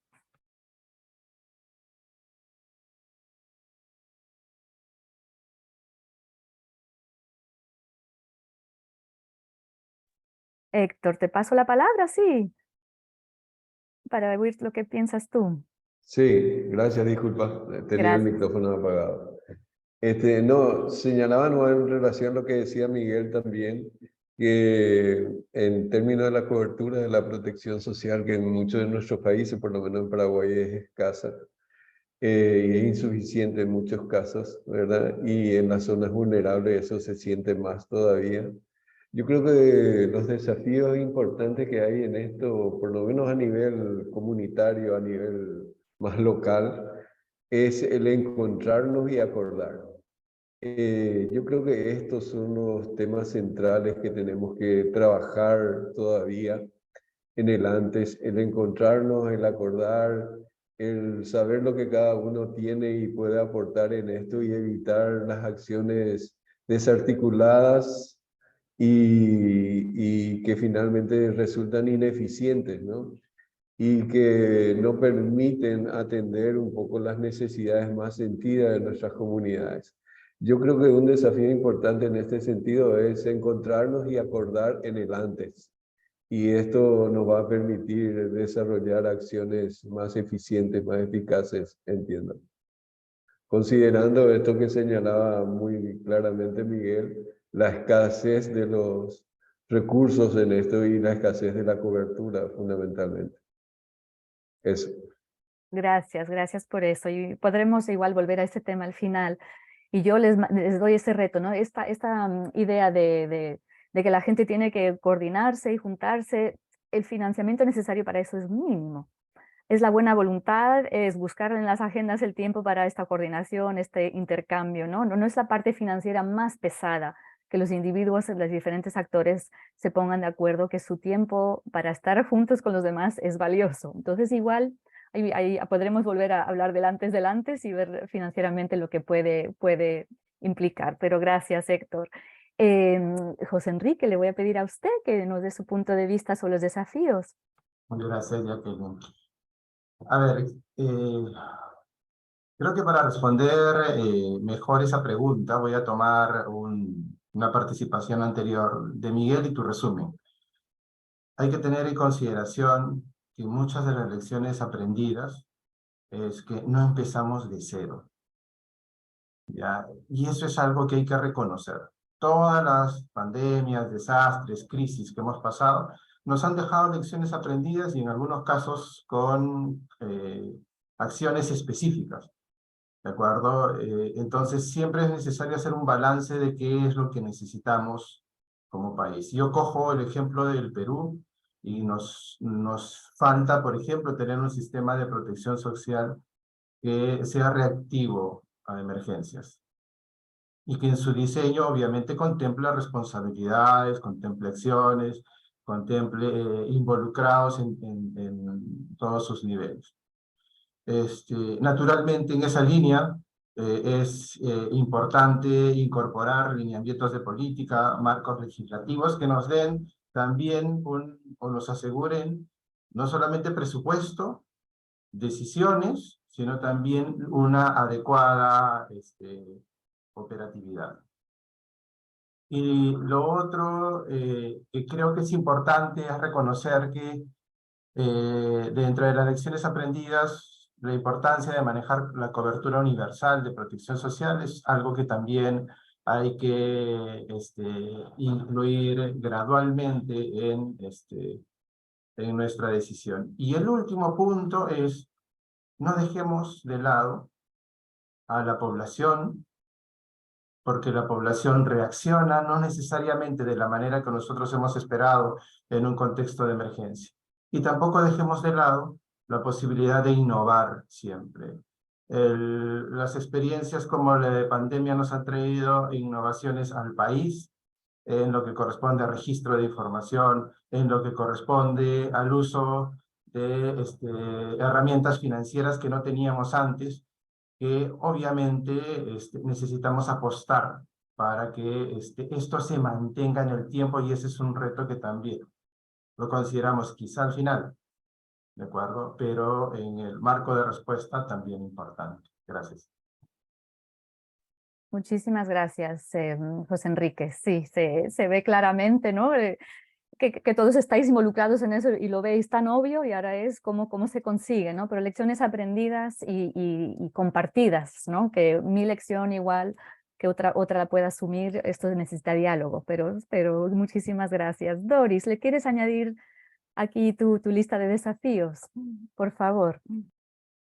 Bueno, hablando un poco en nuestra zona, uno de nuestros grandes desafíos ha sido cómo poder llegar al fortalecimiento de las mesas interinstitucionales, o cómo crear una plataforma donde converjamos todos los actores claves de una zona vulnerable, donde en un territorio, ¿verdad?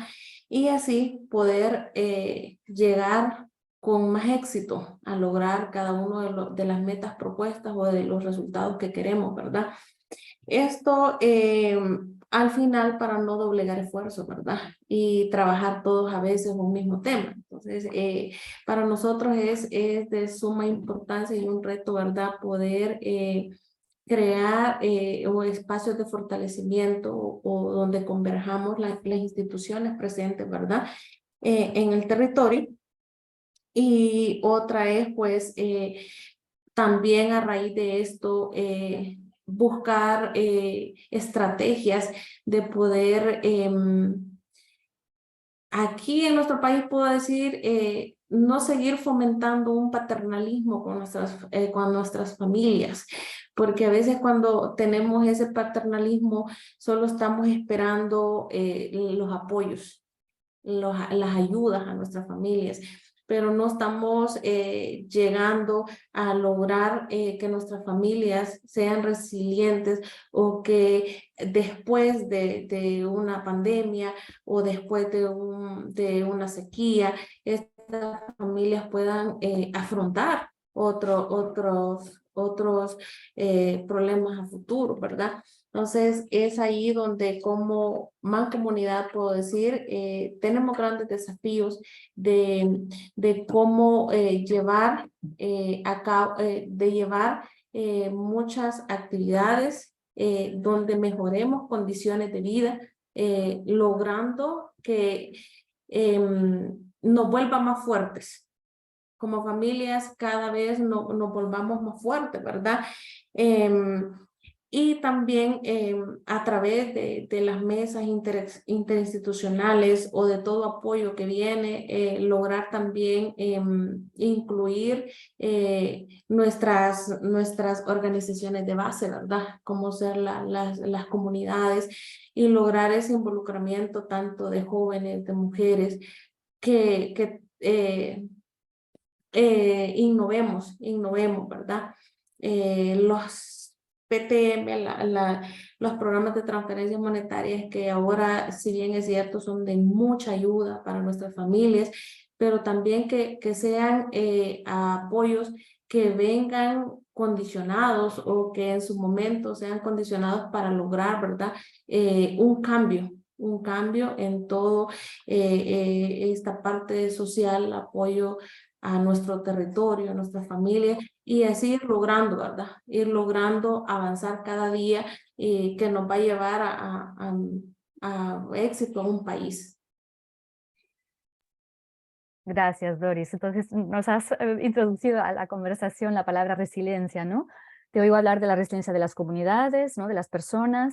Yo también os invito a pensar la resiliencia del sistema de protección social, ¿no? De las herramientas que tenemos, de todo el financiamiento que hay detrás, de los sistemas de coordinación, la resiliencia del sistema para poder expandir y reaccionar cuando hay una crisis nueva y también fortalecerse con herramientas de otros sistemas. Entonces ese concepto de resiliencia, de inclusión, de planificación y de que no partimos de cero, creo que los panelistas lo han dejado muy claro, ¿no? Demuestra que en todos los niveles que estamos trabajando se ve que hay ciertas maneras de trabajar que podrían facilitar la tarea y no verlo todo como un reto que no tiene el financiamiento necesario.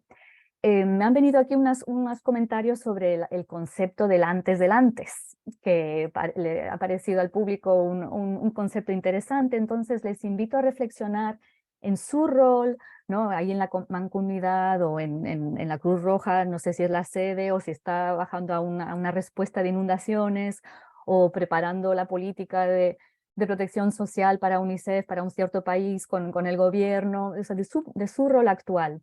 Si ustedes tendrían que fomentar alguna cosilla para mejorar el antes del antes e ir mejor preparados, ¿qué se les ocurre compartir con nosotros hoy y la audiencia? ¿Qué sería su contribución para que el antes del antes fuera fortalecido? Y ahí dejo palabra libre, el que quiera comenzar puede tomar micrófono.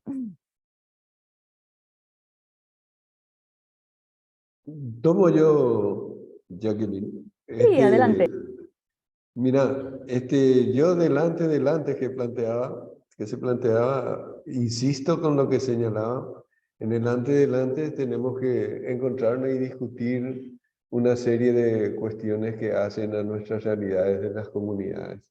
Yo creo que este es un elemento central para debatir un poco comunidades afectadas, autoridades locales y gobierno central, todo lo que se refiere al tema de la protección social, todo lo que es la gestión del riesgo y discutir esto. Esto es para mí un elemento central en el antes del antes, no antes que ocurra, sino antes de que ocurra lo antes, ¿verdad?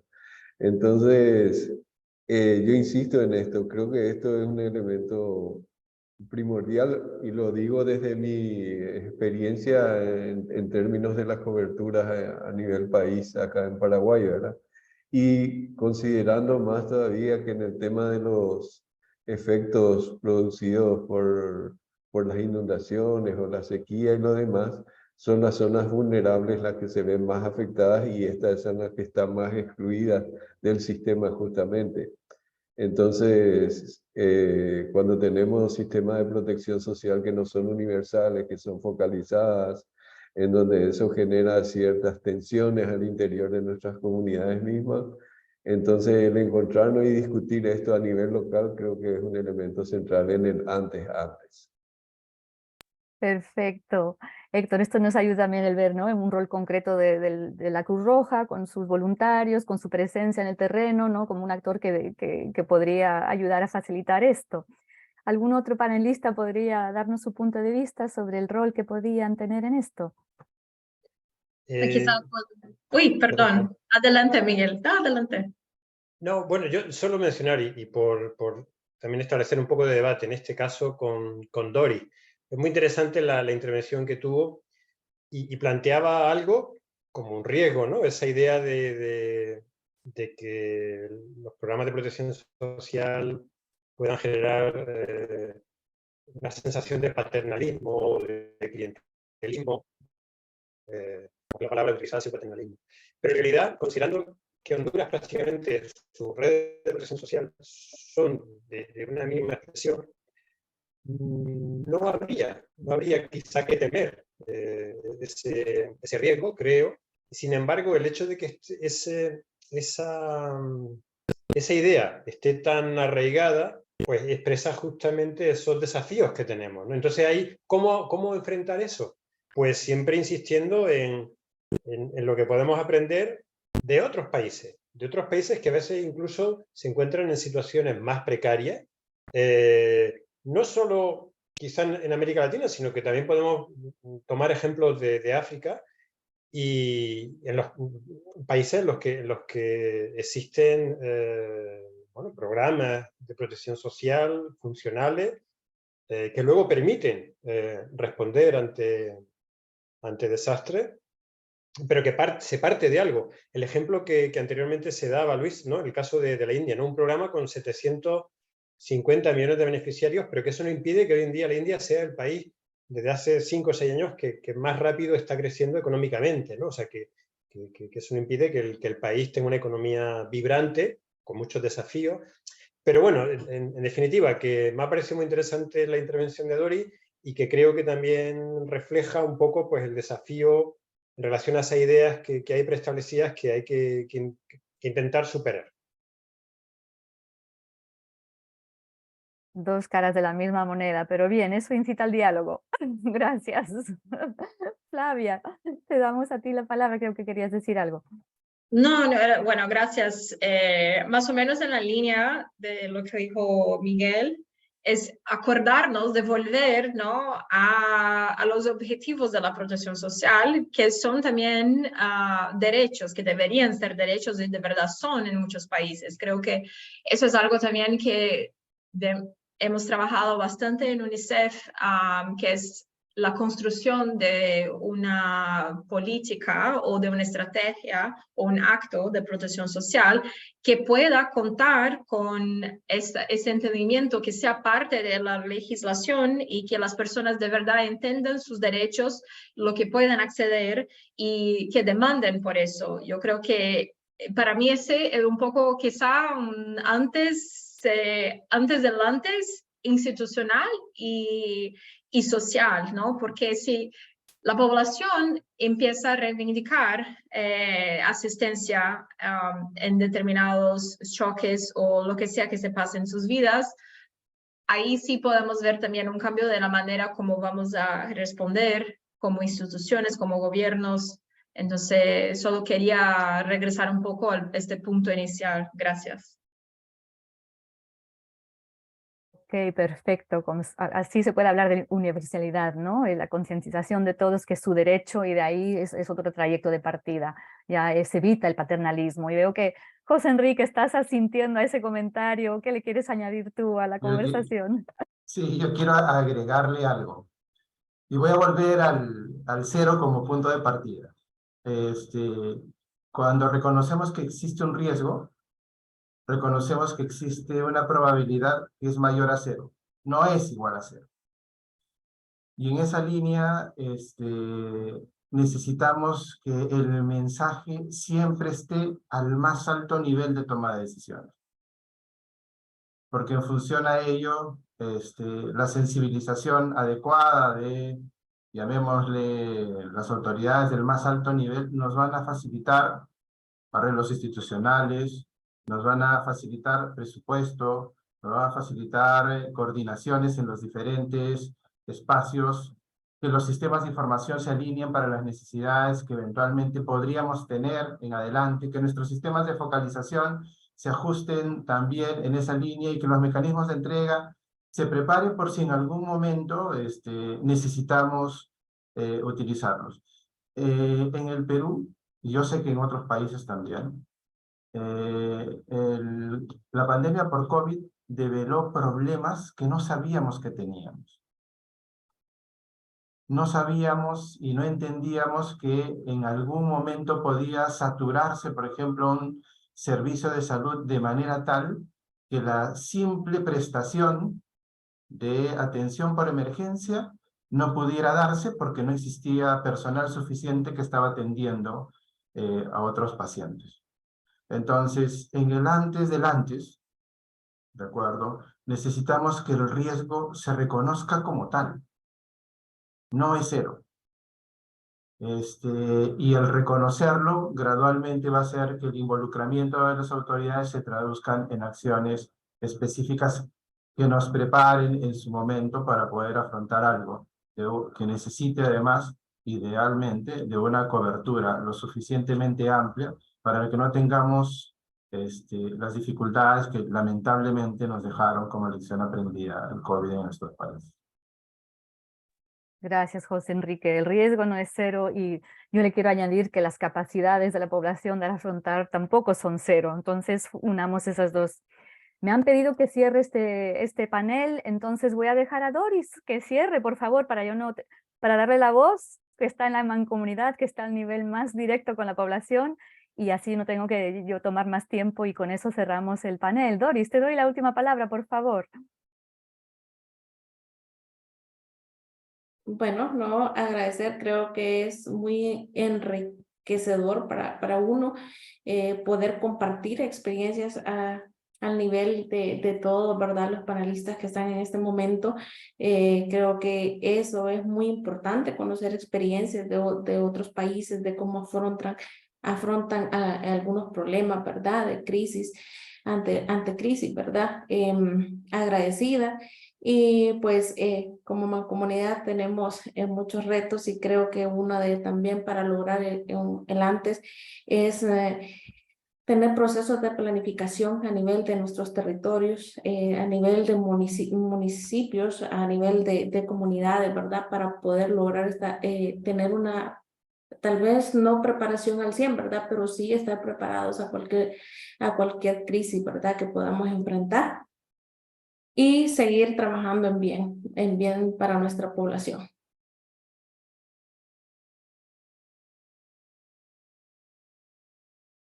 Magnífico, muchísimas Genial. gracias. Bueno, muchísimas gracias a todos y sobre todo por estar en tiempo. Creo que también se fue encendiendo el debate por ahí, el chat también, creo que Sayanti estaba diciendo también algo en el chat. Luis, querías también comentar algo. Tampoco quiero que se queden con las ganas de decir algo, así que Luis, si quieres también intervenir sobre algún comentario, siéntete libre. Ok, sí, muy interesante el debate. Yo quería un poco, de alguna manera, volver un poco a las premisas. En realidad, un sistema de protección social, de igual manera que las respuestas de emergencia, tienen todas una base común, que es un poco la idea de solidaridad entre las personas que están mejor, que contribuyen a que las personas que están bajo un choque, una emergencia, pues se puedan salir de eso. La cuestión es un poco los objetivos. Los objetivos de las intervenciones humanitarias y los objetivos de las intervenciones de protección social. Para la protección social, el objetivo es más verdaderamente la disminución de la pobreza o apoyar a la gente que vayan por encima, se suban por encima de la pobreza. Es una visión más bien a largo plazo. Sin embargo, para las intervenciones humanitarias son intervenciones más puntuales y más que quieren tener un impacto más bien a corto plazo. Diciendo eso, las diferencias, fundamentalmente la protección social es también normal, o sea, la regular, es también shock responsive, si se puede decir, porque en realidad responde a los choques de las familias y de las personas a lo largo de su ciclo de vida.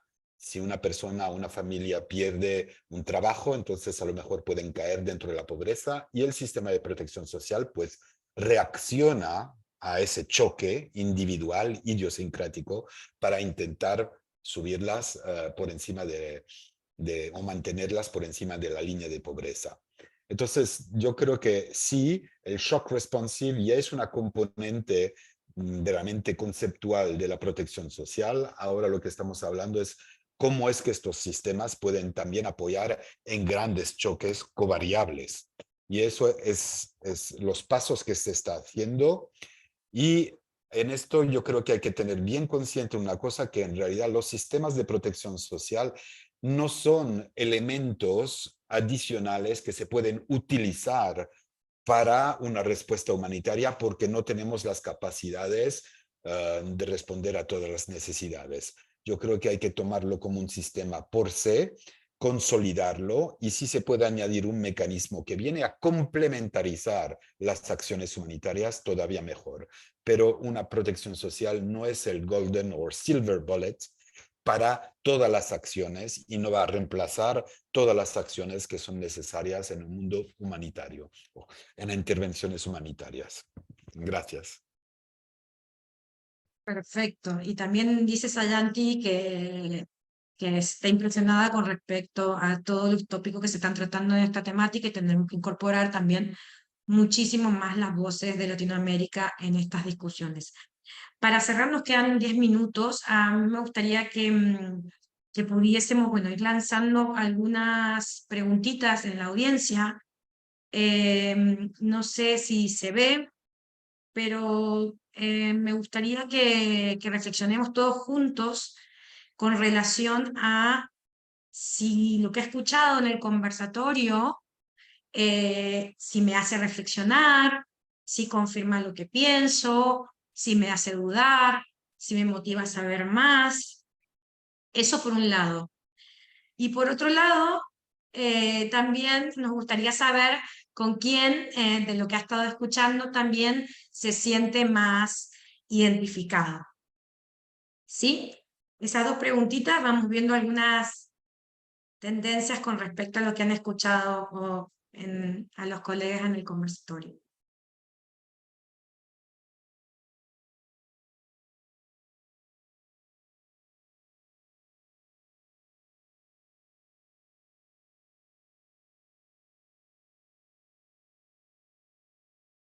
Un poquito más.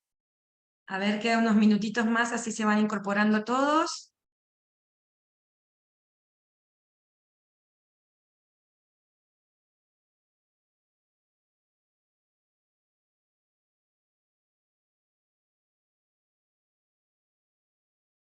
Bien, vamos a ir cerrando. Y creo que Jackie, como Jacqueline ponía también en el chat, con el que se podrían quedar toda la tarde conversando y compartiendo, y efectivamente la gente nos dice que también le ha motivado mucho a reflexionar, a saber más, a confirmar lo que piensa, se sienten identificados con el rol de las organizaciones internacionales, ya sea de Naciones Unidas, pero también con los desafíos que han compartido desde el gobierno central, desde la Mancomunidad y desde la Cruz, desde el rol de la Cruz Roja. También, a ver si, ya para cerrar,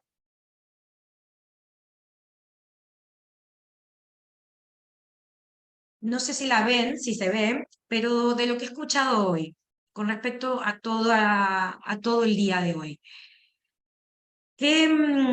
Hay opción múltiple, yo sé que les pueden interesar todos los temas en general, pero ¿sobre qué tienen interés? Tenemos un interés en movernos más en charlas, en conversatorios, en temáticas a nivel de política pública.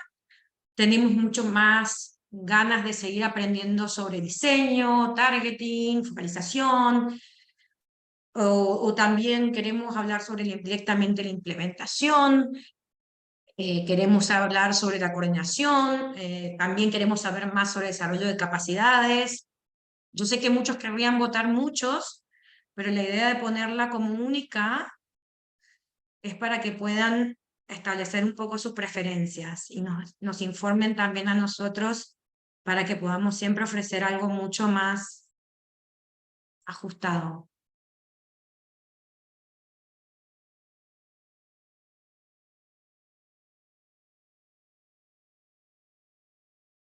Bueno, vamos a ir compartiendo resultados y para respetar el tiempo también, me gustaría, primero que se pusieran todos los panelistas, dejar de compartir pantalla, si es posible, que se pusieran todos los panelistas en pantalla para una foto grupal. Y si nos da tiempo también, me gustaría que sigamos en orden, nos da tiempo, ¿no? Una sola palabra con la que se querría que todo el mundo se quedase, una sola palabra, si tuviésemos que hacer una nube de palabras con estas, me gustaría que les voy a ir nombrando y piensen una palabra y después nosotros podemos generar como una pequeña nube de las palabras que dicen que quieran compartir.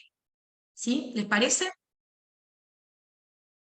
Bien ahí. Bueno, entonces, empiezo por Miguel. Una palabra compuesta: perseverancia y constancia.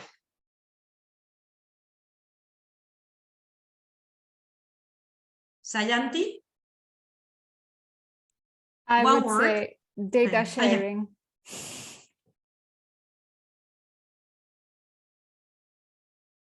Data sharing, compartir información. José Enrique. Yo diría inclusión y toma de decisiones.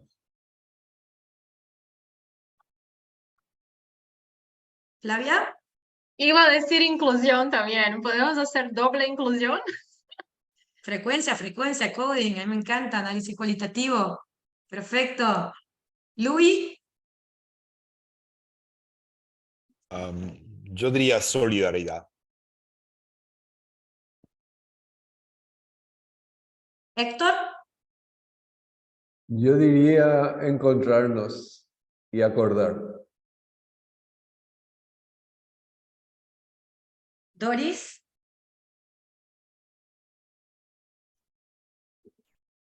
Empatía e intercambio. Jacqueline. Conversatorios, en plural. Roberto. Uy. Articulación, fusión.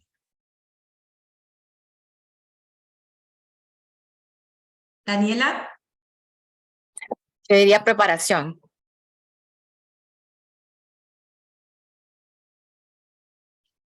Bien. ¿Algún de otros colegas que quieran decir alguna palabra?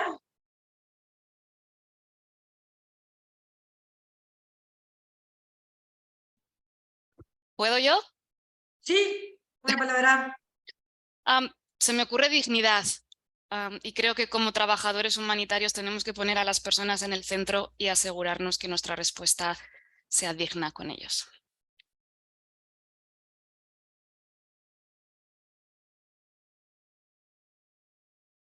Y ahora no te escuchamos, Jimena, estás en mute. No me queda más que agradecerles, como decían algunos en el chat, bueno, primero por la excelente moderación de Jacqueline, la excelente participación y paciencia también para las reuniones preparatorias de todos los panelistas, para los que han estado trabajando también en el backend, Humberto, de la Federación, a todo el equipo facilitador, muchísimas gracias a todos. Creo que he lanzado una pequeña poll y te doy la palabra también a Diego para que convenzamos un poquito más que este proceso no se termina hoy. Me ha gustado mucho que la gente relativamente que se conectó se mantuvo toda la hora, las 2 horas. Eso quiere decir que estaba muy interesante. Hemos hecho un proceso queremos ofrecerles un proceso mezclado de articulación de conceptos, articulación de experiencias, que vean la diversidad de actores a lo largo de los 3 días. Entonces los animo muchísimo a seguir viniendo. Diego, ¿con qué nos vamos a encontrar el día 2? A ver si podemos todavía seguir animando a la gente.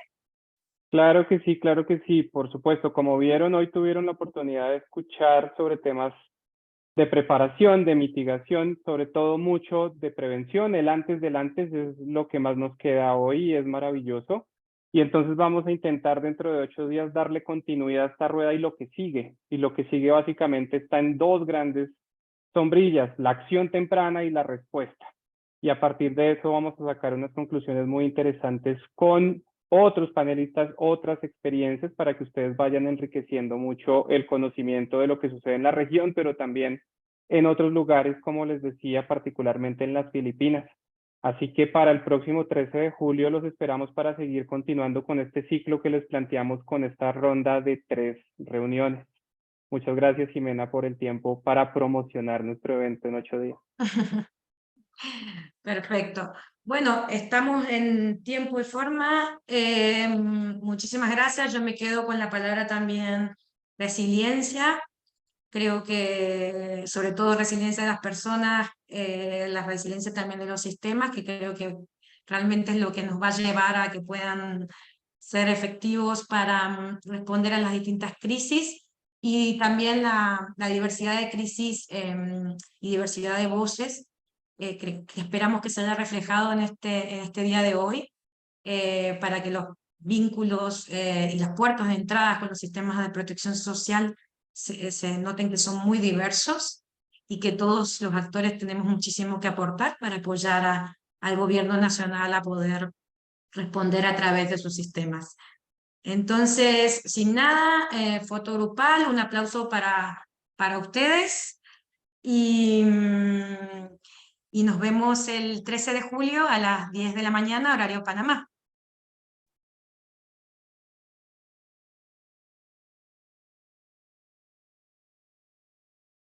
Gracias, Jimena. Saludos a todos. Hasta luego.